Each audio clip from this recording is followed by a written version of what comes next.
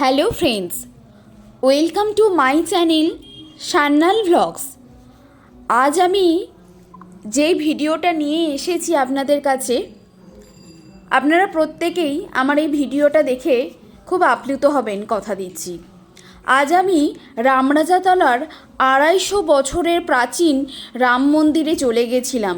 আর কেন গেছিলাম সেটা আপনারাও ভালোভাবেই বুঝতে পারছেন, কারণ আজকে আমাদের 500 বছর ধরে যেই রাম মন্দির ভাঙা অবস্থায় পড়েছিল, সেই অযোধ্যার রাম মন্দিরের আজকে উদ্বোধন হয়ে গেল আমাদের দেশের প্রধানমন্ত্রী মোদিজির তত্ত্বাবধানে। তো সেই দিনে আমিও চলে গেছিলাম আমাদের 250 বছরের পুরনো রামরাজাতলার রাম মন্দিরে। এখানে চৈত্র মাস থেকে, মানে রামনবমীর দিন থেকে শ্রাবণ মাসের শেষ রবিবার পর্যন্ত রাম ঠাকুর থাকে। আর এছাড়াও এখানে খুব বড় একটা মেলাও বসে।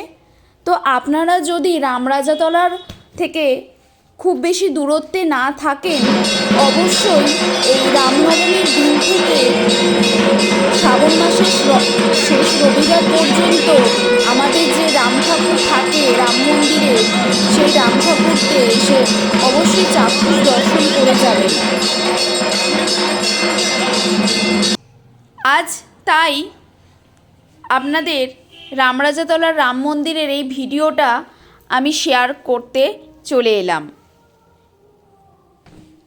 এইখানে যে ছবিটা আপনারা দেখতে পাচ্ছেন, এটা হলো আমাদের ওই রামরাজাতলার রাম মন্দিরে যে রাম ঠাকুর থাকে শ্রাবণ মাসের শেষ রবিবার পর্যন্ত, সেই রাম সীতারই ছবি। এই ভিডিওটা ভালো লাগলে প্লিজ চ্যানেলটা সাবস্ক্রাইব করে নিন।